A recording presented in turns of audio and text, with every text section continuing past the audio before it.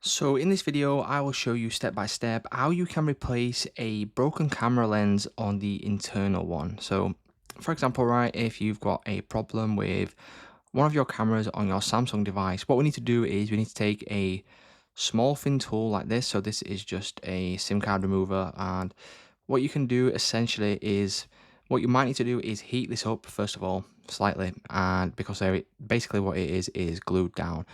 Now you will need to be able to get this off somehow, so what you need is a very thin tool, and you just want to work this into the corner and into the cracks. As you can see, it's now under, and then what I'm going to do is sort of pry this away, and then as you can see now, the glue is actually pulling away on the device.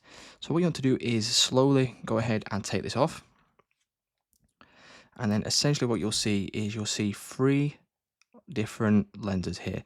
Now all you need to do again is take that very same tool, and you want to then pry this out. Now, once you do that, you want to be very, very careful with this, otherwise you could risk damaging the motherboard and other components inside your device here. But essentially what you need to do is get the different camera out, and you want to then replace it by entering a new one if this is not working correctly. Or essentially what you can do as well is pop the lenses out on the front, and you'll then be able to replace those as well as replacing the ones internally. Now what you will need to keep in mind is you want to make sure that you are not touching much around this, otherwise you could risk damaging other components as well.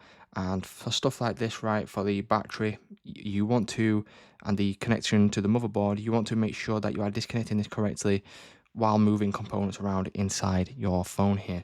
So what you want to do is then put this back on, right, and then essentially it should just then slot back on. And if you can make sure that it's lined up correctly, you just want to put a little bit of pressure down, and you will probably need, some sort of glue as well to stick this back down correctly, otherwise it may fall off in the future.